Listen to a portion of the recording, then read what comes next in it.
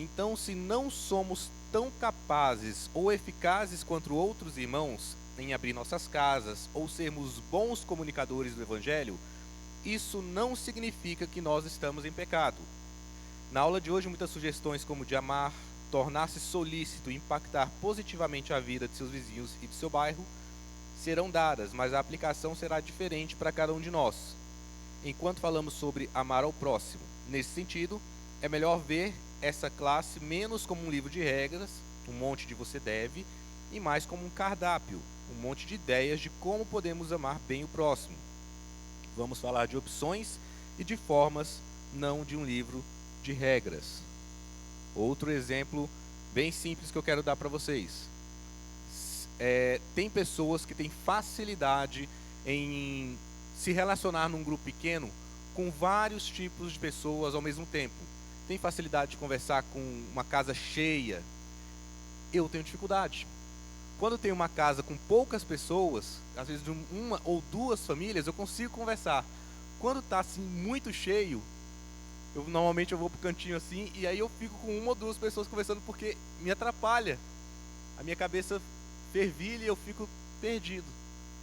Então, quando a gente estiver falando, dando os exemplos aqui, não é para você se sentir, nossa, fulano é tão melhor que... Não, cada um tem uma forma de se comunicar, de tratar bem. Cada pessoa consegue interagir e unir grupos. Lembro numa outra igreja, tinha um presbítero chamado Eliezer. O presbítero Eliezer, ele era uma figura, engraçado, falava bem com todo mundo, e ele conseguia transitar entre grupos da igreja que normalmente não tinha muito a ver. Conversava tanto com os jovens, com os adolescentes, quando estava no grupo de homens. Conversava tanto com o lado, que era uma igreja grande, tanto com o lado esquerdo, que sentava do lado esquerdo, quando daqui a pouco ele estava conversando com o outro lado lá, com as pessoas que normalmente nem estavam nos mesmos eventos. Essa facilidade Deus dá para muitas pessoas, e nós precisamos buscá-las, mas não precisamos usar o dom que Deus deu para alguém para medir o nosso comprometimento. Então, para começar, vamos ler o texto de introdução que está em Atos, capítulo 2, versos 44 ao 47. Atos, capítulo 2, versos 44 a 47. Eu trouxe aí na folhinha também, vocês podem ler, na NAA. Diz assim: todos os que criam estavam juntos e tinham tudo em comum. Vendiam suas propriedades e bens, distribuindo o produto entre todos, à medida que alguém tinha necessidade. Diariamente perseveravam unânimes no templo, partiam pão de casa em casa, tomavam as suas refeições com alegria e singeleza de coração, louvando a Deus e contando com a simpatia de todo o povo. Enquanto isso, o Senhor acrescentava dia a dia os que iam sendo salvos. Então, como os irmãos sabem, Atos é um livro histórico. Trata a respeito dos primeiros dias da igreja. No capítulo 2 nós temos aqui a narrativa da descida do Espírito Santo, o primeiro discurso de Pedro, as primeiras conversões, as pessoas que foram se achegando à igreja, dando glórias a Deus e discorrendo sobre como eles começaram a se comportar naqueles primeiros dias, como eles foram ministrados pelo Espírito e cuidavam uns dos outros. Apesar de ser um texto preponderantemente histórico, nós podemos tirar muitas lições de Atos também, porque afinal de contas, como a gente encontra lá em 2 Timóteo, capítulo 3, versos 16 a 17, toda a escritura é inspirada por Deus e útil para o ensino, para a repreensão, para a correção, para a educação na justiça, a fim de que o servo de Deus seja perfeito e perfeitamente habilitado para toda boa obra. Então, quando a gente olha para Atos, não quer dizer que a igreja, daquele jeito que fazia, é exatamente como hoje a gente tem que fazer. Não é isso. Mas existem lições, existem princípios lá que nós conseguimos observar e encontrar outros textos bíblicos que também dão amparo para que possamos nos comportar assim. E nesse texto em específico, nós temos ali uma informação de que todos os que criam estavam juntos. Que outros textos que a gente consegue lembrar disso? Não deixemos de nos congregar, como diz lá em Hebreus, como é o costume de alguns. Então, a igreja, o corpo de Cristo, as pessoas que vivem o Evangelho, que foram alcançadas, são chamadas a estar juntas, umas das outras, congregando, participando de um corpo local, participando de uma comunidade. Isso faz bem, isso é louvável, isso faz o corpo de Cristo crescer, isso faz bem para a nossa vida espiritual e nos auxilia também no crescimento à medida que abençoamos outras pessoas. Outra coisa que a gente encontra nesse texto: vendiam e davam na medida necessária. Quando eles tinham as necessidades, eles vinham com seus bens, com seus lotes, com suas ofertas e faziam isso. Nós encontramos outros textos apresentando, como 2 Coríntios capítulo 9, verso 7, cada um contribua segundo tiver proposto no coração. O desejo não é que todos simplesmente pegassem os seus bens e abrissem mão e fossem morar debaixo da ponte, ou todo mundo fosse morar dentro da igreja. Não, mas existia um comprometimento, um amor que permeava entre eles, que eles, à medida que viam que o irmão tinha uma necessidade, que alguém estava precisando, eles se dispunham a doar.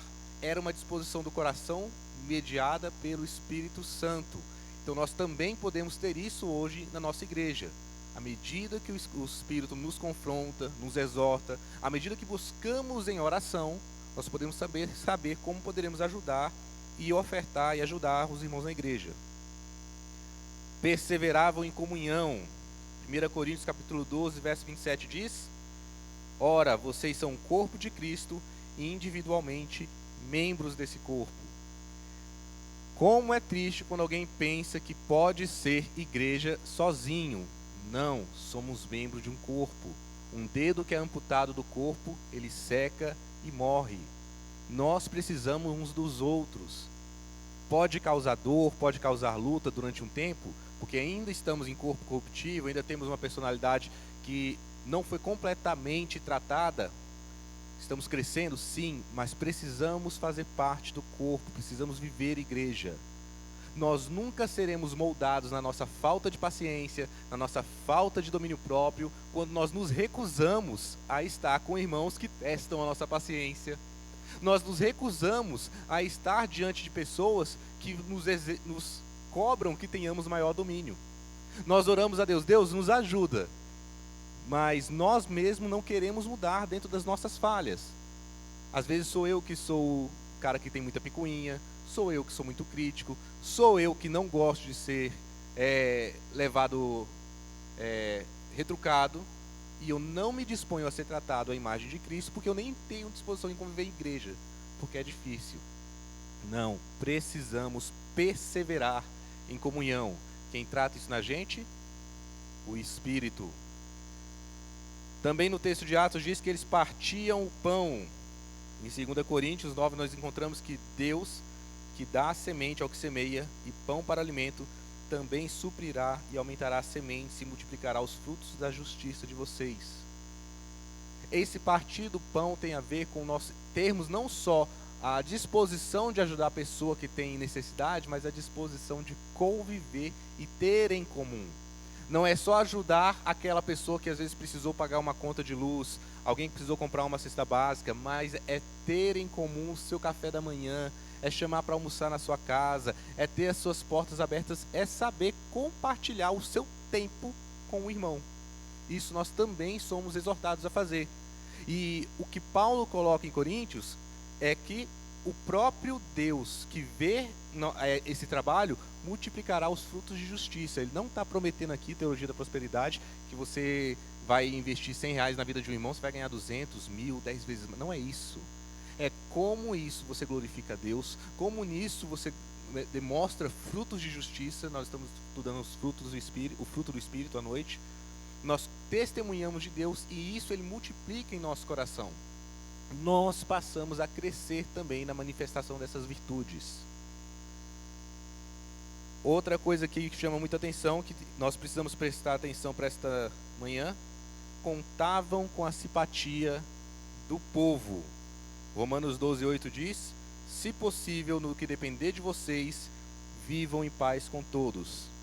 E numa temática de que temos que amar ao próximo, nós temos que começar a entender como podemos manifestar maior o amor de Deus, melhor o amor de Deus para os nossos vizinhos, para a nossa cidade, nosso bairro. Contar com a simpatia do seu vizinho, dos seus amigos, do pessoal do trabalho, é muito importante. E quantos não são aqueles que levantam uma bandeira de Cristo de evangelho, mas são os primeiros a arrumar confusão no trabalho. E não estou falando porque alguém pecou ou porque afrontou a fé dele, não, por arrumar. Tem gente que gosta de picuinha. Isso não testemunha de alguém que tem o Espírito de Cristo. Então, com os nossos vizinhos, nós temos que nos comportar com uma preocupação, sim, de que eles possam ver no nosso proceder, na nossa família, pessoas que temem a Deus e que têm um comportamento diferente daqueles que não. Daqueles que preferem viver excluídos uns dos outros, aqueles que não se preocupam se causam estresse, aqueles que ligam o som meia-noite, 1h. Poxa, mas eu vou medir a minha vida, vou me preocupar com o vizinho. Eu quero tomar uma vitamina, é 3h, eu vou ligar o meu liquidificador, tenho que bater uma roupa, são 4h, minha máquina faz muito barulho, para o vizinho de baixo que se vire. Sim, nós precisamos. Isso é temor de homens. Não, isso é temor a Deus. Porque eu desejo que ao olharem para mim, eles vejam alguém que realmente serve ao Senhor e se preocupa com o próximo. Fazer de tudo para ter paz não quer dizer que a minha vida vai ser pautada pela opinião do outro. A minha vida é pautada por Deus e eu manifesto no meu comportamento a preocupação com o próximo. Eu demonstro o amor que Deus um dia teve por mim na minha lida com o outro. É diferente de eu me podar. Do contrário, aí sim, quando alguém afronta o Evangelho, quando alguém comete um pecado, quando alguém precisa ser exortado ou admoestado, eu não o faria. E eu preciso, às vezes, me indispor com meu filho, minha esposa, meu vizinho, quando ele tem um comportamento pecaminoso. E se eu tenho sido idôneo no meu dia a dia, dando testemunho de que eu busco fazer as coisas segundo a vontade de Deus, no momento em que eu repreendo alguém no erro, essa pessoa, no mínimo, vai julgar que ele, pelo menos, não está sendo falso. Agora, se eu sou um daqueles que estaciona em lugar errado, que para o carro em fila dupla, que fala que é só rapidinho que eu vou entrar em casa e saio, que eu causo confusão no meu condomínio, no meu prédio, no local onde eu moro, no dia que eu for repreender alguém que também está causando algum tipo de furdunço, ela não vai levar a sério.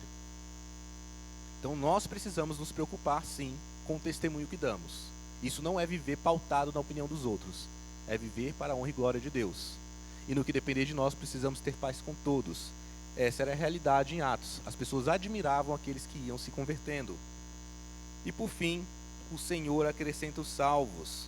Nós temos em Romanos capítulo 8 toda uma descrição a respeito de como é Deus quem faz a obra. E a gente tem aqui que ele, aos que predestinou, também chamou, e aos que chamou, também justificou, aos que justificou, também glorificou. Então nós não precisamos ter uma preocupação excessiva em eu preciso levar alguém para a igreja, eu preciso que alguém fale sim no dia que eu estiver falando do Evangelho, eu preciso que senão eu não fiz nada para Deus. Não é isso. Quem faz a obra de conversão é Deus. Às vezes o seu testemunho vai ser de meses, anos com aquele vizinho, com aquele irmão, com aquele amigo do futebol, e ele vai confessar a Cristo em um outro local, em outra igreja. Mas toda a semente que foi lançada pelo seu bom proceder, pela sua palavra, pelo seu testemunho, foi frutificar em outro local. Um é o que planta, outro é que colhe. Nós não precisamos nos preocupar em quem vai ser ou não salvo, quem vai ter realmente entrado. Nós precisamos nos preocupar com a nossa missão: anunciar o Evangelho, dar bom testemunho de Cristo, falar aos nossos vizinhos a respeito da vida eterna. Amém? Então, nós temos aqui um fechamento sobre o porquê nós precisamos sim nos preocupar com o próximo, nos preocupar com o testemunho que a igreja dá em meio à nossa cidade, à nossa rua. E nós vamos entrar agora no momento de ter ideias sobre o que ou não poderíamos fazer para sermos mais relevantes na nossa cidade e com os nossos vizinhos. No material que a gente está usando, eles trouxeram esse Hitchhiker Problem. É o problema do carona. Eu fui estudar, fui abrir alguns artigos de economia para entender do que ele estava falando. E o problema do carona, que eu tentei colocar aqui de forma bem resumida, é um termo usado na economia para se referir a pessoas que levam vantagem ou que são favorecidos pelo trabalho de outras, mas como um efeito colateral, mais como um efeito colateral do que necessariamente se aproveitando. como quando um apicultor favorece indiretamente as fazendas vizinhas com a polinização que suas abelhas fazem. E isto é um ganho indireto, mas o apicultor em si não recebe nada nem perde nada por esse efeito colateral. Até aqui. O problema do carona, quando a gente pensa em carona, é alguém que entra em um carro, que não pagou por aquele carro, não pagou por aquele momento, e ele é levado até o lugar que ele precisa. Ou você pode pensar até no carona naquele pessoal que está andando de skate ou de bicicleta e pega rabeira no caminhão. O que eles estão falando de problema do carona é alguém que recebe vantagem pelo exercício comercial de outra pessoa. É um problema econômico. E um problema que se caracteriza não porque alguém está causando dolo ao outro, mas porque essa pessoa não está pagando nenhuma taxa pelo benefício que ela recebe, ela não está fazendo nada. Isso pode parecer uma forma um pouco mesquinha quando a gente para pensar, porque eu e você somos resultado do trabalho de muitas pessoas que anunciaram um dia o Evangelho, muitas pessoas que um dia trabalharam para construir casas, para comprar lotes, o esforço dos seus pais, esforços de amigos, e nós todos colhemos frutos indiretos do trabalho de muitas pessoas. Mas o economista, ele tem essa disposição em tentar entender, não, como eu consigo ganhar mais, como eu consigo ganhar mais, e para ele é um problema eu não conseguir taxar alguém que pega carona. Taxar alguém que é meu vizinho e leva vantagem porque eu tenho muitas plantas, e essas plantas acabam indo para o lote do vizinho e o vizinho fica com um muro bonito também. Eu devia cobrar uma taxa dele. A ideia do economista é essa. Mas do ponto de vista cristão, o problema é outro. O problema não é do crente, da igreja, nem do reino. O problema é de quem é o carona. Entenda, se no ponto de vista econômico, a pessoa que produz, ela perde a oportunidade de receber algum tipo de recompensa por tudo que ela fornece para a sociedade, do ponto de vista cristão, na economia da igreja, as pessoas que não participam do reino, apenas pegam carona, é que estão com o problema. E qual o problema? A morte eterna, sem reconhecer isso. A falta de fé. E não reconhecem isso porque elas estão pegando carona na onda da igreja. Continuando aqui o texto, no ponto de vista econômico, é uma questão que pode até ser chamada de mesquinha, já que indiretamente todos nós somos favorecidos no corpo de Cristo pelo crescimento e alegria de cada irmão. Mas na economia da igreja, um carona é alguém que se coloca o seu nome, por exemplo, como alguém envolvido em missões, mas na prática ele apenas é membro de uma igreja missional, por exemplo, né? Não oferta, não ora por missionários, não prega, não liga para conversar com uma pessoa que está em campo, não faz nada. Mas ele fala que é envolvido com missões porque a igreja dele é. Ele pega carona no nome da igreja. A igreja dele faz atividades evangelísticas, ele nem aparece no sábado. Ele não faz questão de orar por aquele evento. Ele não faz questão de participar dos movimentos de intercessão. Mas ele fala, não, minha igreja é evangelística, então eu também sou parte, eu faço a minha parte. Esse é o problema. A igreja continua fazendo, os irmãos continuam fazendo, mas a pessoa que pega carona é que está em um problema. E qual o principal problema de alguém que pega carona no que outras pessoas estão fazendo pelo reino? Na realidade da igreja, o problema não é um problema do carona, não é um problema para a igreja, mas para o próprio indivíduo que está se enganando e dizendo que é algo que não é, que faz algo que não faz, ou que tem motivações que não são reais. Ao fazer isso, infligimos de forma direta o terceiro, não sei porque eu esqueci 10º aqui, eu acho que teve 10 mandamentos. O terceiro mandamento, que é: não tome o nome do Senhor, seu Deus, em vão, porque o Senhor não terá por inocente o que tomar seu nome em vão. Tomar o nome de Deus em vão é você levantar uma bandeira dizendo, eu sou crente, eu sou cristão, eu faço isso para Deus, mas na verdade a sua motivação é egoísta, é pecaminosa. Em vez de ser o nome de Deus que você quer que seja exposto, glorificado e honrado, você deseja que o seu nome seja exaltado porque você canta no louvor, porque você dá devocional, porque você dá aula muito bem. Você não está preocupado realmente em compartilhar o evangelho. Você está preocupado em as pessoas verem você como alguém disciplinado, como alguém que é honrado. Você não está preocupado em honrar o nome de Deus, mas em que o seu nome seja honrado. Isso é um clivo que vai direto contra o terceiro mandamento, usar o nome de Deus em vão. Eu digo que eu sou cristão, eu digo que eu sou preocupado com missões, eu digo que sou preocupado com a grande comissão que Cristo deu. Mas na prática, eu dou minha oferta, meu dízimo e vivo alheio a qualquer trabalho que a igreja faz para buscar salvar o próximo. Eu sequer comuniquei um dia ao meu vizinho que eu ia à igreja, ou que eu era cristão, ou que ele teria oportunidade de conversar comigo sobre as coisas do alto.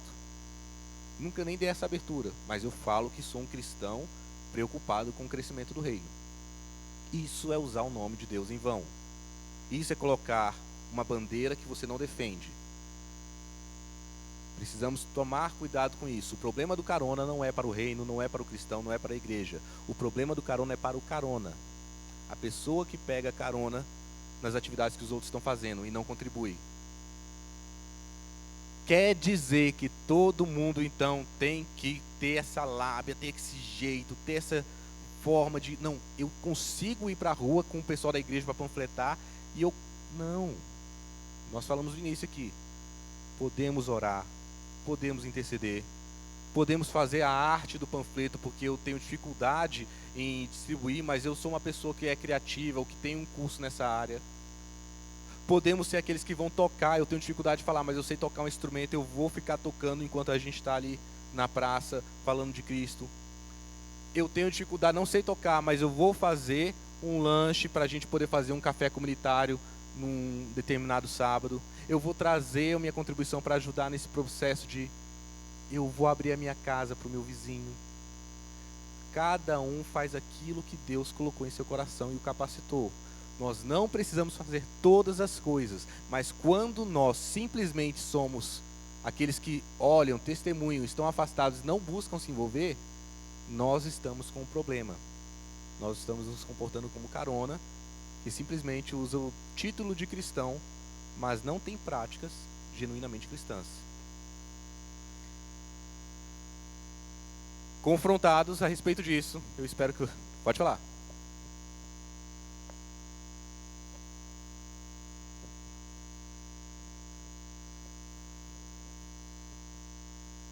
Essa...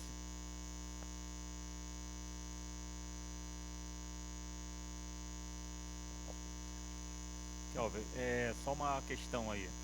Essa situação que você colocou do problema do carona, você está limitando somente os membros ou também isso aí inclusive os líderes da igreja? Alô, som. Toda pessoa que se diz cristã e não vive de acordo, ela está pegando carona.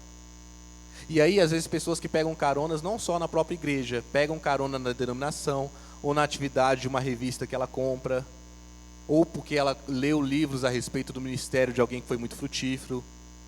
Ela se vale dessa informação. Glória a Deus quando nós damos testemunho do trabalho de igrejas, de pessoas, mas nós precisamos nos envolver também. Como? O que Deus deu para você fazer? O que Deus te capacitou a fazer? Tem gente que pensa que o financeiro é o principal. Não, esse é o mais fácil. Porque o mais difícil, nós vamos ver aqui à frente, é nós termos flexibilidade, tempo e dedicação.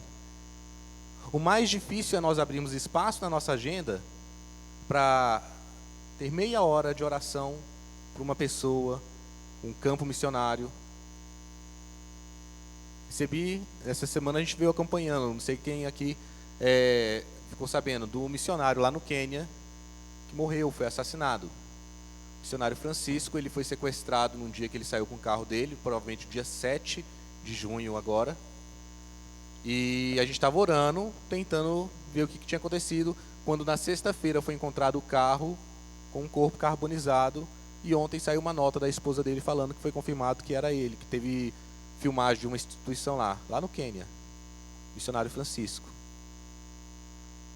E aí você fala, não, mas eu sigo no Instagram, mas você se ajoelha e ora por essa família? Você ora por essas pessoas que estão dando a sua vida pelo anúncio do Evangelho? Você se compadece como se compadeceria do seu filho ou da sua mãe? Tem pessoas que simplesmente fazem a prática de eu tenho o meu nome aqui, eu mando a minha oferta, mas não há real envolvimento. Líder ou membro, ou apenas um visitante, nós, como igreja, precisamos nos envolver. E o convite, é claro, a fazer parte de um local, uma congregação onde eu possa executar os dons, exercer os dons que Deus me deu. Mas nós precisamos nos envolver. E quando nós estamos falando de evangelismo, de amar ao próximo, de cuidar dos nossos vizinhos, das nossas ruas, da nossa cidade, isso não pode ser jogado na conta da igreja. Isso seria seu carona. Eu preciso participar de alguma forma. Moro numa chácara, não tenho vizinhos. Cada um é uma realidade. Às vezes a forma como você vai se envolver é diferente. Como eu disse, os exemplos aqui serão dados, mas a aplicação é individual. Cada um na sua realidade poderá aplicar. Então, confrontados, dando atenção a isso, de que eu não posso me esconder na sombra do que, por exemplo, a minha esposa faz, mas eu posso contar com a minha esposa para fazer coisas que eu não tenho condições de fazer e ir lá depois orar. Um exemplo bem simples. Lá na nossa quadra tem muitas mães que levam crianças para brincar com os meninos. Quase não tem nenhum pai. O pai que normalmente vai lá às 5 da tarde sou eu. Eu falei, Laís, você precisa ir comigo. Ou você precisa ir mais do que eu. Porque um pai ficar conversando com um monte de mãe lá, sozinho, não pega bem. Agora, se você estiver lá comigo, eu consigo conversar, eu consigo orar, eu consigo participar daquele momento. E ela começou a fazer isso e, inclusive, foi convidada, ela mesma, não fui eu, olha que legal. Foi convidada para participar da festinha que os pais queriam organizar. E lá eu tive a oportunidade de conhecer os esposos das mães que vão lá.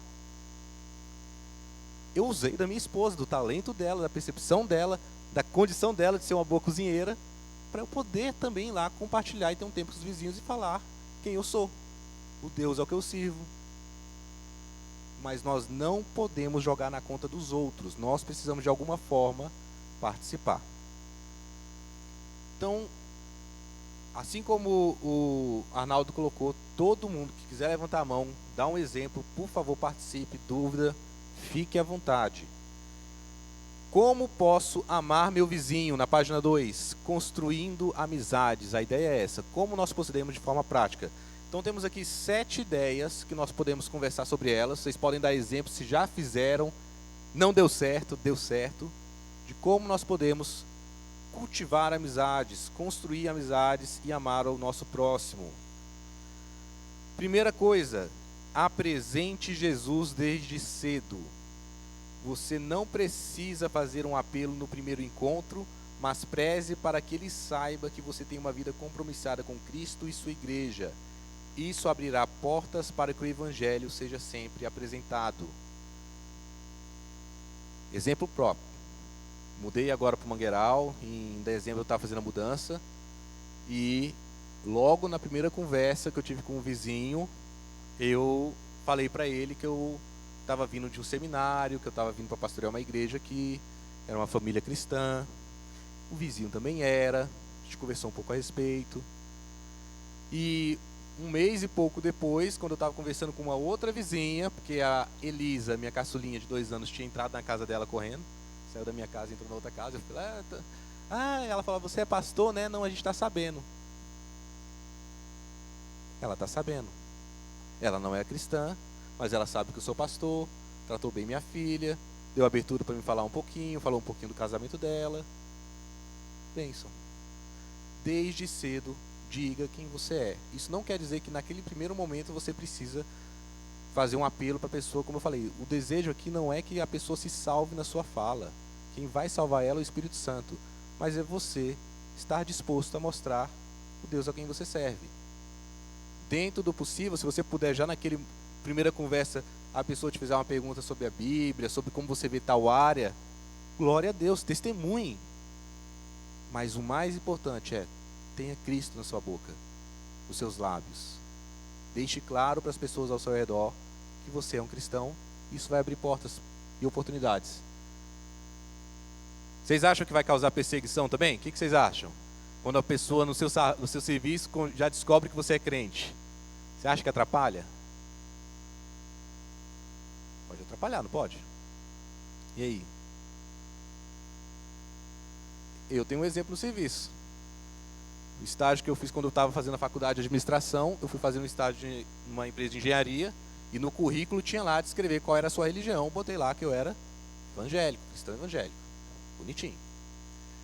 Na minha primeira semana trabalhando contratado, a minha chefe imediata perguntou: tu é crente? Eu falei: sou. Você botou no currículo? Botei. Se eu soubesse, eu não tinha te contratado.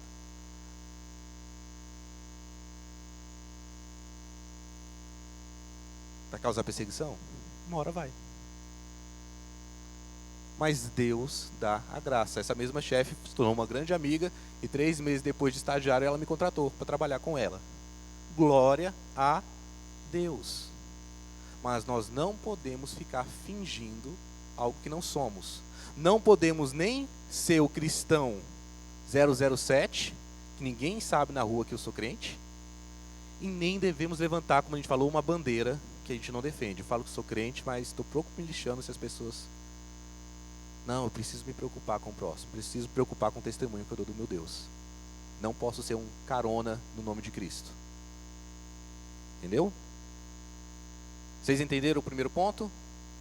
Tenha Cristo na ponta da sua boca, no seu lábio. Graças a Deus. Glória a Deus pelo dia tão bonito, quando alguém lhe cumprimentar. Fala: amanhã tem um evento na minha igreja. Ontem eu estive na igreja, a palavra do pastor foi tal, sobre esse tema que vocês estão falando.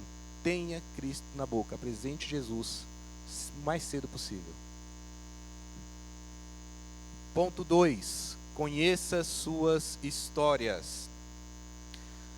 Especialmente histórias religiosas. Isso é importante se você for construir amizades que possam levar a conversa sobre o Evangelho para conhecer o passado do seu próximo e, especialmente, sua fé. Busque conhecer a história da pessoa. Não apenas pergunte o nome, fale a sua história, conte da sua experiência, fale tudo a respeito de você e vá embora. Conheça, se interesse pelo próximo. Chama o vizinho para conversar, pergunta quanto tempo que ele mora ali, como é que foi o processo de compra do lote, é aluguel, você veio para cá a trabalho, se interesse. Você não precisa entrar em pormenores da vida, às vezes fazer perguntas mais complicadas a respeito de casamento, de filhos, você não sabe a realidade dele, mas conversa, busca, e o que ele for abrindo, tente ouvir e entender. Como eu falei, eu tenho dificuldade às vezes em decorar um nome, eu tenho dificuldade em lembrar qual foi o cargo mesmo que o irmão ali falou que trabalha, eu não lembro. Pergunta de novo, se interessa.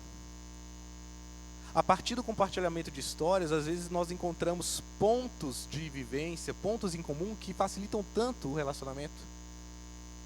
Nós precisamos ter essa intencionalidade ao conversar. Busca na sua história. Quando você foi tentar conversar pela primeira vez com a sua namorada, que se tornou esposa, quando você foi tentar, se aproximar daquela pessoa que você estava interessado, não foi assim que você fez? Você não se permitiu ser questionado e fez questionamentos a ela? Você não riu de coisas bobas, ou você até fez piadinhas? Você foi permitindo e abrindo a sua vida para que tivesse algum tipo de intimidade e porventura viesse depois a se casar, ter um relacionamento com essa pessoa? Precisamos ser intencionais nessa busca de conhecer a história do próximo.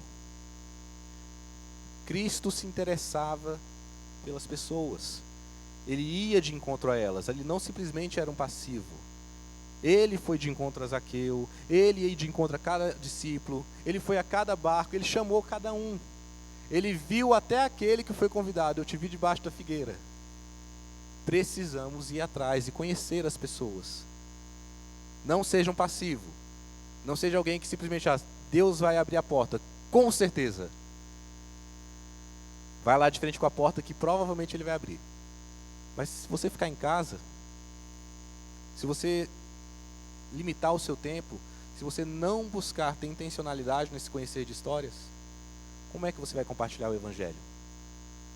Como é que você vai falar daquilo que você diz crer, da salvação que você encontrou em Cristo, do consolo do Espírito que você diz que recebeu na sua vida? Você não deseja que outras pessoas o tenham? É alguma forma de ser exclusivista? Não, só eu e Deus. Eu não preciso compartilhar com ninguém. Não. Nós somos uma igreja, um corpo. E precisamos sim nos importar e manifestar o amor de Deus ao próximo, como um dia esse amor foi manifestado a nós. Conheça histórias.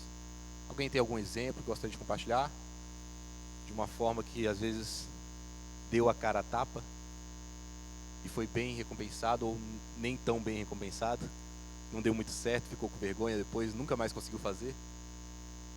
Pode acontecer. Ok. São dicas de como podemos começar a compartilhar o Evangelho e viver de forma intencional.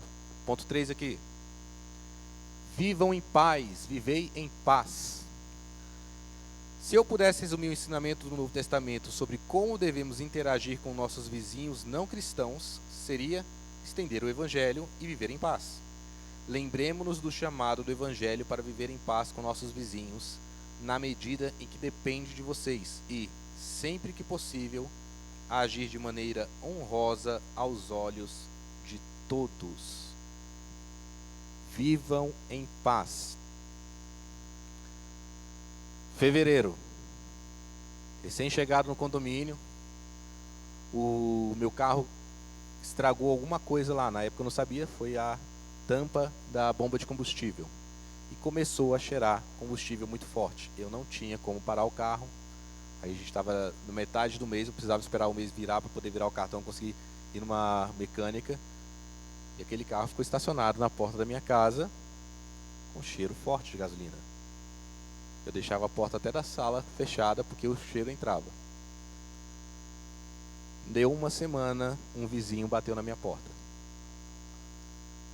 Sou seu vizinho aqui do lado, tenho problema respiratório, eu estou sofrendo há tanto tempo com o cheiro do seu carro. Você precisa fazer alguma coisa. Qual seria a sua reação? Você está na sua casa, no seu lote, na sua garagem, o vizinho vem e fala, ó, sua vida está atrapalhando a minha. O seu problema que você não consegue resolver está atrapalhando o meu bem-estar, a minha saúde. Não é só uma questão de eu estou passando mal.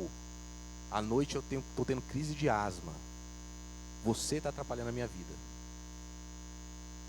Você ficaria feliz? Ficaria com vergonha? Eu fiquei morrendo de vergonha. Pela misericórdia de Deus, eu falei, me desculpa, eu vou parar o carro longe. Eu fui parar o carro numa vaga de visitas do outro lado, onde não tinha casa nenhuma. E eu fiquei até o final do mês fazendo isso. Minha esposa não ficou satisfeita com isso, porque ela falou, mas a gente vai ter que caminhar até lá para usar o carro. Para que no outro mês, quando tive condições, eu levei o carro para arrumar, descobri que tinha sido a tampa que tinha quebrado. O cara falou que isso aqui não quebra assim, provavelmente foi em algum lava-jato, alguém tentou roubar a gasolina de você, por isso que está assim. Paguei lá, problema lá resolvido. Voltei com o carro, tinha que limpar o carro, fazer aquela faxina, né, para tirar o cheiro de gasolina. E quando eu parei o carro de novo lá, o que eu fiz? Vou tirar satisfação? Não. Fui lá no vizinho, que havia batido na minha porta, para falar, você está atrapalhando a minha vida. Me aproveitei dos dons da minha esposa, que sabe cozinhar pão de mel, faz os pão de mel lá, peguei os pão de mel que minha esposa fez. Olha, ó, presente para você. Quero pedir desculpa mais uma vez pelo transtorno. Eu consegui arrumar o problema do carro. Se der mais algum cheiro, alguma coisa assim, tenha paciência, que é porque tem que sair o cheiro do carro mesmo. Mas já está arrumado. Ah, não, tudo bem, não sei o quê. Amém. Eu fiz. A verdade é que eu queria era mandar a pessoa ir. Ah, não, se exploda, eu não quero, eu já estou com esse problema. Você acha que eu estou feliz com esse cheiro? Eu queria dar uma boa resposta. Pela misericórdia de Deus, domínio próprio, fruto do Espírito, eu pude fazer isso e depois eu pude dar o testemunho para alguém que sequer é cristão. Essa pessoa sabe em quem eu sirvo. Essa pessoa sabe que eu sou pastor. Não vou preocupar em dar um bom testemunho de Cristo? Precisamos ser intencionais no que depender de nós, viver em paz, até quando a reclamação está vindo para de dentro da minha casa, o local onde eu estou cuidando, essa pessoa nem mora aqui. A gente pode. se preocupar e pode ajudar de uma forma ou de outra. Quer dizer que toda reclamação do vizinho é válida? Não, é um exemplo que eu dei. Eu tenho que reconhecer que eu mesmo sofria na porta da minha sala, eu tinha a porta fechada por causa do cheiro. E foi um exemplo bom que eu estou dando, porque nem sempre eu reajo assim. A tendência é eu querer chutar o balde, falar para a pessoa e plantar batata no asfalto. 4. Faça coisas boas. Mais uma vez, quiser dar algum exemplo ou fazer alguma pergunta, bom ou ruim, podem participar. 4. Façam coisas boas. Às vezes não está em nosso poder fazer algo, mas às vezes está. Quando eu e você pudermos fazer algo para ajudar o próximo, considere Provérbios 3, de 3 a 4, que diz: não deixe que a bondade e a fidelidade abandonem você, amarre ao pescoço, escreva na tábua do seu coração, e você encontrará favor e boa compreensão diante de Deus e de outras pessoas.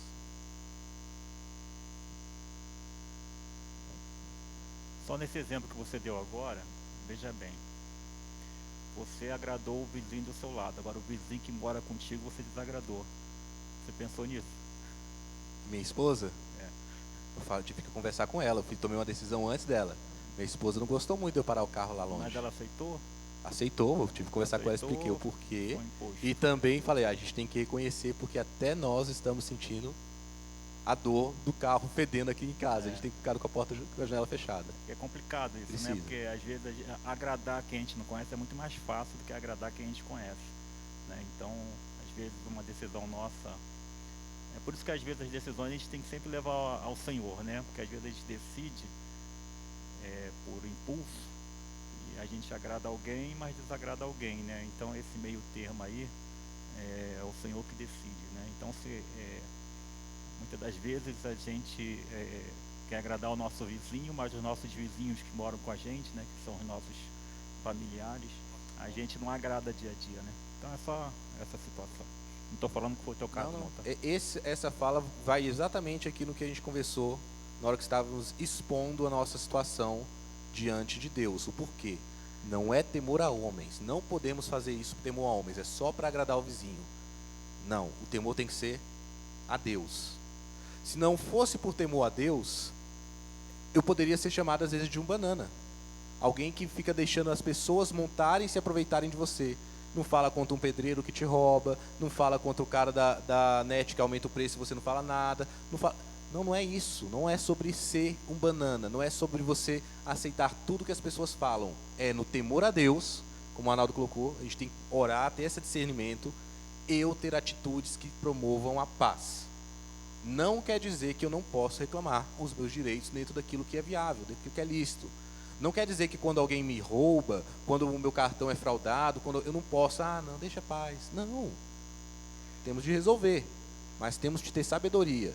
Porque, como ele falou, querer agradar os de fora é mais fácil. Agora os de dentro, que está vendo os nossos erros, o nosso dia a dia e às vezes a nossa passividade, eu não deveria estar preocupado também em dar bom testemunho de Deus para o meu filho, para minha esposa? Também. Esse, em primeiro lugar, é o nosso primeiro ministério, é dentro da nossa casa. Ponto 4, então, fazer coisas boas, ter a bondade diante de nós. Como vocês interpretam essa afirmação e esse texto de Provérbios? Participação, vamos lá. Tem um texto aí, um texto bíblico. Ate a bondade ao teu pescoço. Como vocês interpretam isso? Como isso faz eu encontrar favor diante de Deus e dos homens?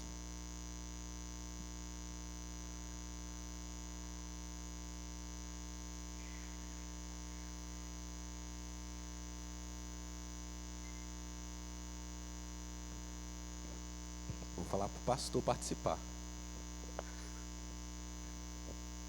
Então, quem mora em prédio, né, não custa chamar o elevador para o vizinho, né, que está chegando na garagem. Então, você vai subir, né? Tem vizinhos que não querem subir juntos, né? Então, depende do tempo que você mora, você conhece. Aí você já chama o elevador e quando ele chegar, o elevador já está lá. Coisas simples que mostram, né, gentileza. Aquele que pode fazer o bem não faz, esse peca. A gente pode fazer o bem. A porta do vizinho foi esquecida aberta, né? fechar e avisar, ó, sua porta estava aberta, eu fechei. Coisas assim. Lá atrás, Fábio puder.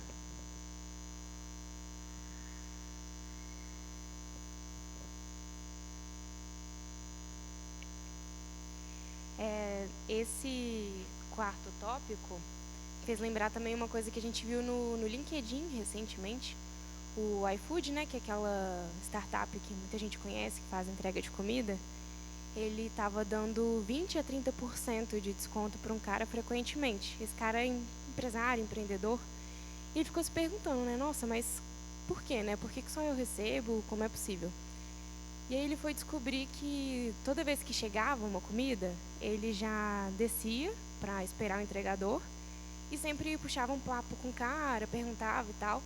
E ele descobriu que tem uma funcionalidade no iFood que você pode avaliar, os entregadores avaliam os clientes, e isso faz com que ele receba desconto, né? Então é interessante porque esse tópico é um tópico da gentileza, né, de fazer coisas boas, é algo que o mundo também preza, né? Então acaba sendo uma outra porta, né, um outro gancho para puxar outras conversas, né?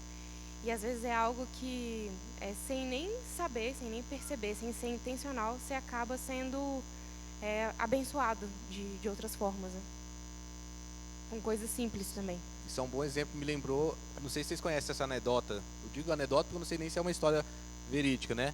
De um funcionário de um frigorífico que constantemente cumprimentava o vigia na hora de entrar e na hora de sair. Um determinado dia, ele foi o último a entrar na câmara frigorífica e ficou preso lá dentro. E esse vigia não o viu cumprimentar na saída. Já era depois dos 18, já estava fechando tudo, mas ele ficou preocupado, porque ele não é o costume. E quando ele foi procurar, ele encontrou ele batendo lá na porta e abriu a porta para ele, salvou a vida dele dentro da câmara frigorífica. Ele foi salvo porque ele tinha o costume de dizer bom dia e boa tarde, porque ele costumava ser o único que cumprimentava o outro. Então, nós podemos encontrar o favor das pessoas ao fazer coisas boas, de formas às vezes nem perceptíveis. Nem sabia que eu ia ser beneficiado por causa de um algoritmo aí do iFood. Eu nem sabia que eu ia ser salvo de uma situação ruim apenas porque a pessoa sentiu falta da minha presença no final de tarde. Eu nem sabia que a pessoa ia me reconhecer como cristão porque eu sempre tinha a tendência de esperar. Segurando a porta do elevador para que eu sair, a pessoa está vindo e eu esperar.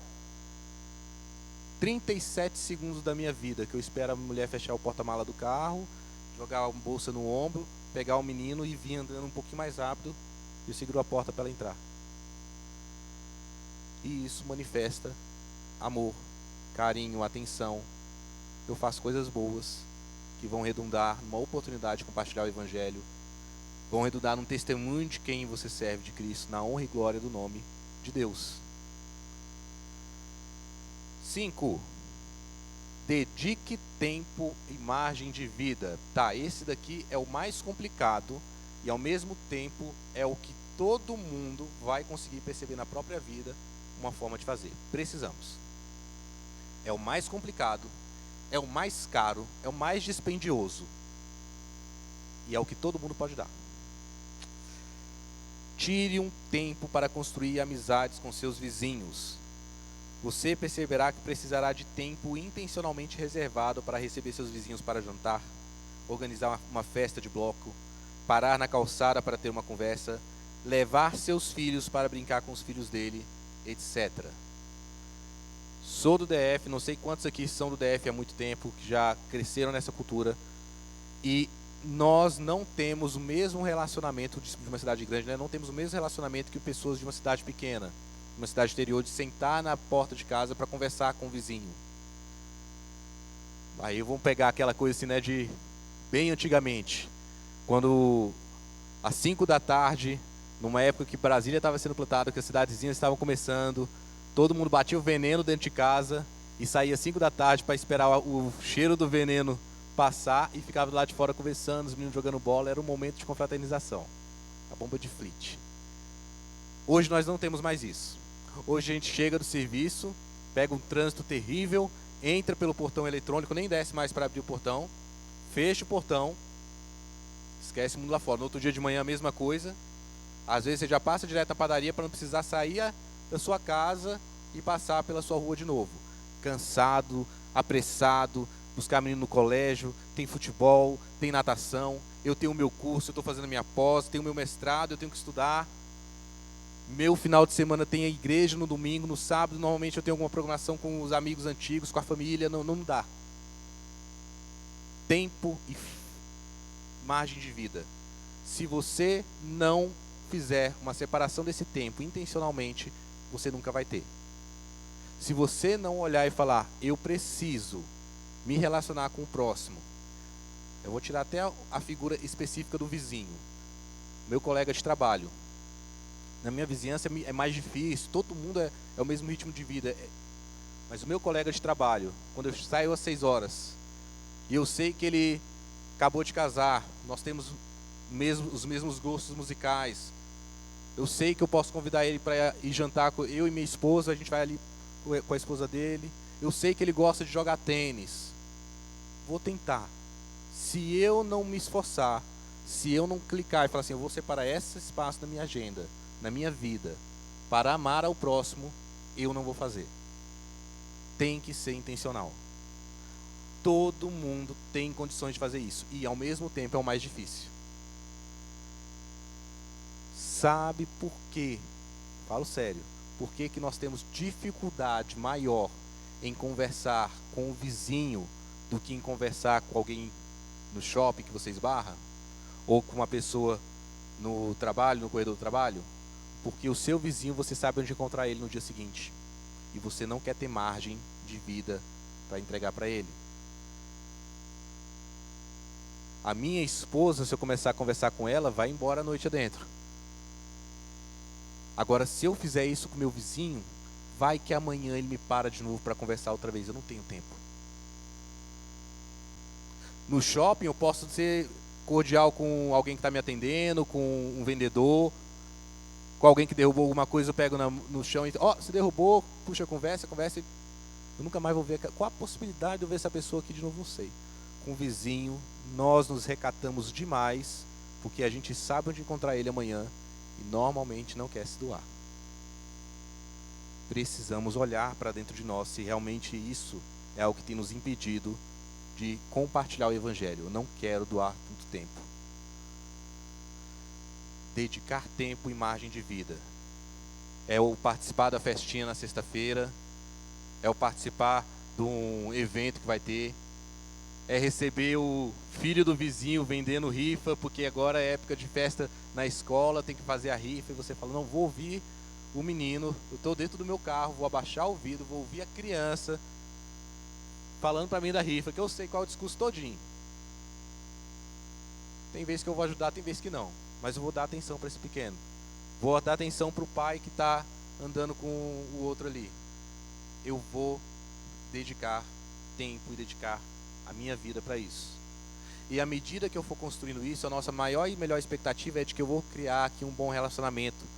De que quem sabe esse daqui não vai se tornar o meu grande amigo. De que amanhã esse daqui não pode estar na igreja dando glórias a Deus comigo. De que através dessa pessoa aqui eu não posso também ser abençoado de várias outras formas. Mas a nossa tendência é ser muito egocêntrico, fechado. Precisamos prestar bastante atenção nisso daí. 6. Tenha flexibilidade. Parece com o ponto anterior, mas é um pouco diferente. Tempo e margem de vida são coisas muito difíceis de se separar em nossa cidade e ritmo de vida. Mas quando fazemos isso, demonstramos o valor que damos às pessoas. Por isso, flexibilidade para doar-se em emergências é tão mais significativo. Quando seu vizinho pergunta se você pode fornecer cuidados infantis de emergência hoje, você pode dizer que sim. Quando seu vizinho tem uma enchente e precisa de ajuda, estourou com cano, você pode ir lá ajudar. Flexibilidade é, eu estou deitado na minha casa aqui, meia-noite, 11 da noite, 3 da manhã, e eu recebo uma ligação e eu falo, eu vou socorrer uma pessoa que está em uma emergência. Mas eu trabalho amanhã. É a disposição de que eu estou fazendo uma caminhada, eu estou indo fazer para o meu trabalho, e eu paro para ajudar alguém numa necessidade, mesmo em detrimento do esforço que eu teria de fazer. É quando a gente olha para a parábola do samaritano e vê ali os líderes religiosos passando para suas atividades e passando de largo daquele que foi assaltado, que poderia estar morto, e a gente vê um outro homem que tinha o seu compromisso, que tinha o seu tempo, que tinha o seu trabalho, se compadece, para a sua vida, para tratar de alguém, gasta dinheiro com essa pessoa, colocando na hospedaria, pagando a mais para caso os dias que ela fosse ficar ali, e depois segue a sua viagem. Flexibilidade de tempo. Não é apenas você reservar na sua agenda. Eu vou começar a programar uma vez por mês, eu vou chamar alguém na minha casa. Glória a Deus. Flexibilidade de tempo. Eu não vou ser mesquinho no meu tempo, porque quando eu ver alguém em necessidade, eu preciso ajudar. Eu preciso cuidar. O menino tem que ir para a escola. Eu estou atrasado, eu tenho uma apresentação para fazer. Não é, gente, cada um sabe como aplicar na sua vida. Lembra, isso aqui são exemplos. Nós não conseguiremos cumprir tudo, mas aqui são exemplos de como nós podemos amar ao próximo. E o último que 7, seja hospitaleiro e receba hospitalidade. Receber é bem importante. Nos dedicar para que nossos vizinhos sintam sua vontade em nossos lares é algo muito importante.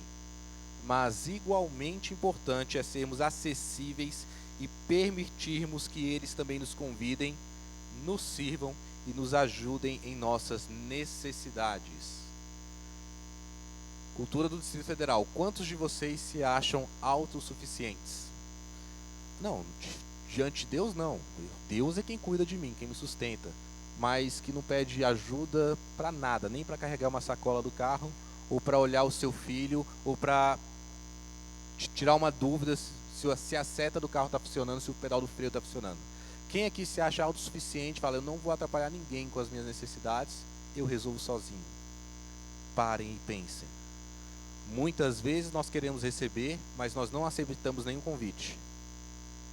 Não, eu quero mostrar que a minha casa é bonita, eu quero mostrar que minha esposa sabe cozinhar, não, eu quero mostrar como eu crio os meus filhos, como a minha igreja é bonita, mas eu não aceito convite para ir na igreja do outro, não aceito convite para visitar o grupo pequeno, não aceito convite para tomar o café na casa do outro, vai que ele faz um café ruim.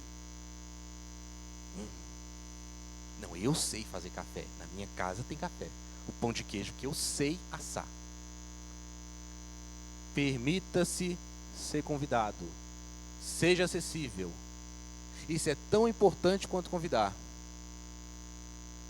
Você demonstra que valoriza aquela pessoa que está realmente interessado, como a gente viu, na sua história, na sua vida, em quem ela é, quando você aceita o que ela tem para oferecer.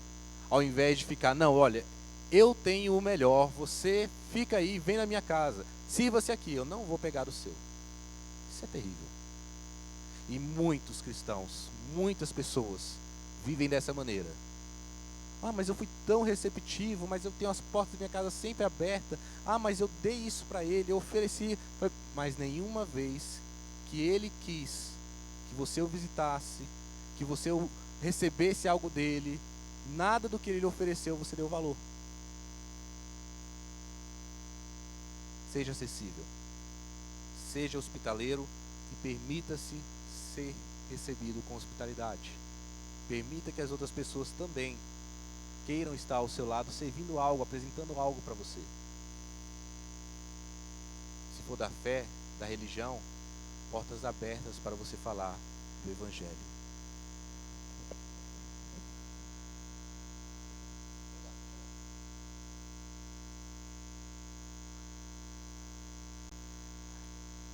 Você está até agora colocou muito bem os pontos, mas nesse último, como você não fez nenhuma ressalva, então eu vou fazer.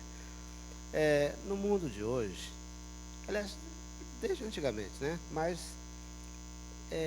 quando a gente é hospitaleiro demais, coloca qualquer um na nossa casa, especialmente nossos vizinhos, nem sempre é prudente fazer isso, porque você deixa vulnerabilidades, você não sabe a intenção da pessoa para conhecer a sua casa, e aí você fica vulnerável.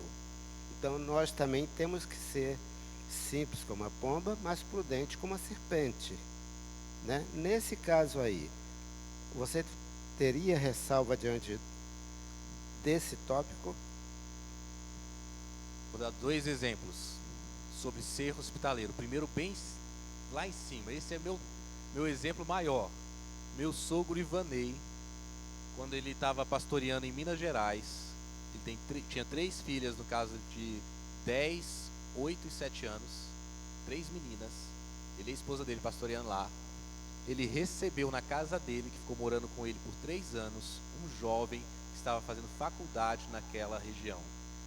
Ele conheceu esse jovem estava pedindo ajuda porque estava sem dinheiro para ficar, conversou com ele, falou: não, você vai morar lá em casa, enquanto você faz sua faculdade. O jovem vindo de Maringá. Eu não faria isso. Eu com meus filhos, 3 meninas, 10, 8 e 7 anos, e um rapaz de 20 anos fazendo faculdade, vindo de Maringá para não sei qual cidade de Minas Gerais. E eu vou deixar ele dormindo na minha casa e botar ele, muitas vezes quando eu precisava fazer alguma atividade, ele estava em casa, falando: não, você pode cuidar das meninas que eu vou com a minha esposa ajudar ali na igreja, assim? Fazia isso. Só Deus, não é de hoje. O mundo sempre foi complicado. Os textos que nós temos na Bíblia de abusos sexuais, de violência, nós vemos de todas as épocas. Eu não sei como esse pastor teve coragem de fazer isso, ele fez. Esse homem se formou, nunca deu problema para ele. Na verdade, ele pôde testemunhar o evangelho muito. No meu casamento ele esteve. Mas será que a gente é estimulado a fazer isso por causa de um testemunho bom desse irmão, desse pastor? Eu não recomendaria isso a ninguém. Eu olho para mim e falo: eu quero ter esse tipo de disposição, mas eu não sei se eu faria isso. E provavelmente eu não farei. Não botaria meus filhos em risco. Mas o ser hospitaleiro não é nesse nível. Também existe o outro. Agora o exemplo ruim de uma pessoa que nós colocamos para trabalhar na nossa casa, nem dormir nem nada, apenas ser a menina que trabalhava lá, era empregada, e meu pai traiu a minha mãe com ela e juntou a vida com ela. E nós fomos avisados logo na primeira semana que essa era uma prática daquela mulher. E não tivemos a postura correta de afastar. Exemplos bons e ruins. Ser hospitaleiro não tem a ver com você também abrir a sua vida de forma irresponsável. Não façam isso. Mas nós precisamos ser acessíveis. Se nós não permitirmos as pessoas chegar perto de nós por motivo algum, com medo de compartilhar um pouco da nossa vida, como é que poderíamos compartilhar o evangelho? Simples como a pomba, mas precisamos sim ser sagazes como a serpente nesse sentido, porque o mundo é mau, porque existem pessoas que vão explorar, porque existem pessoas que vão se aproveitar da sua boa vontade. Vai ter. Só que quando a gente olha para o exemplo do carona, pior sou eu se eu simplesmente me comporto como carona diante de Deus. Eu preciso também ter a minha intencionalidade. Não vai ser na minha casa, mas pode ser na quadra, pode ser na cidade, pode ser em algum evento, algum encontro de classe, do serviço. A gente pode migrar isso para outras áreas, para outras realidades. E esse aqui é o último ponto do como amar o nosso vizinho, o nosso próximo. E depois vocês podem dar uma olhada na lista e pensar sobre outras sugestões de como sermos mais relevantes na nossa cidade e bairro. Nossa aula terminou aqui agora. A gente não conseguiu entrar, mas é basicamente pegar aquilo que nós podemos fazer pelo próximo e expandir um pouco mais. Em vez de trabalhar no micro, como eu poderia trabalhar no macro? Existem algumas sugestões aí. Mais alguma participação? Essa fala dele é muito importante, gente. Não é para botar dentro de casa, simplesmente botar, não é isso. Cada um com uma aplicação dentro da sua realidade. Cada um mora numa quadra com um perigo diferente do outro. Cada um tem uma vulnerabilidade dentro de casa, da sua família, diferente do outro também. É muito mais fácil para um casal que os filhos já estão criados e estão fora de casa ter um pouco mais de dinâmica ao receber vizinhos do que para pais que têm 3, 4 filhos receber pessoas, sendo que os meninos têm hora para dormir e acordar. Está com um bebê recém-nascido. Não, cada um numa dinâmica. É muito mais fácil eu visitar sozinho do que eu levando meu filhinho. Então, lembre-se, é um cardápio com várias opções práticas que nós podemos começar a pensar nas nossas vidas. Mas o grande problema é eu simplesmente falar que eu faço e não faço, que eu sou, mas não sou, e eu ficar só levantando uma bandeira que na verdade eu não defendo. Isso daí a gente precisa preservar, porque vai contra a palavra do Senhor. Amém? Vamos orar para encerrar isso? Pai querido, a tua palavra é viva, verdadeira, nos ensinou, nos alcançou e nos salvou. Pelo teu Santo Espírito, ó Pai, viemos à fé em Cristo Jesus e hoje declaramos que lhe pertencemos, que entregamos a nossa vida ao nosso Senhor Jesus e que temos nele nossa satisfação, nossa alegria, nossa razão de viver. Paizinho querido, se é assim dessa maneira que cada um aqui, a partir de mim, ó Pai, possa ter no peito o desejo de te servir, de te honrar, de cumprir com a tua grande comissão, com o anúncio do Evangelho do Reino, com o anúncio de Cristo Jesus e o testemunho, ó Pai, da transformação que o teu Espírito operou um dia em nós. Que possamos nos dispor dessa maneira e nos doar aos nossos irmãos, ao nosso próximo, à nossa comunidade. Que no que depender de nós possamos ter paz com o próximo, possamos ter domínio da nossa impulsividade. No que depender de nós, possamos sim abrir as nossas casas, as nossas vidas para alcançar outras pessoas. E no que fizermos isso, ó Pai, protege-nos debaixo das tuas asas, protege-nos do inimigo, protege-nos da inveja, protege-nos da acusação, protege-nos de Satanás, do homem mau, porque sabemos que estamos entregues como ovelhas ao matadouro, mas também sabemos que o Senhor é quem vela e cuida de nós.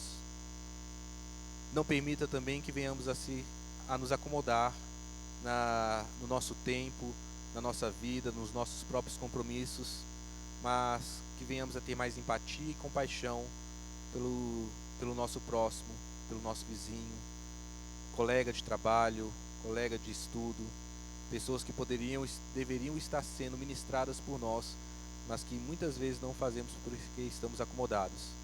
E ajuda-nos a identificar aonde o Senhor deseja nos usar, para que não caminhemos nas nossas próprias forças ou próprios planos. Antes, em leitura bíblica e oração, em intercessão, possamos ter discernimento vindo do Senhor de onde deseja nos usar. É no nome de Cristo Jesus que nós oramos. Amém.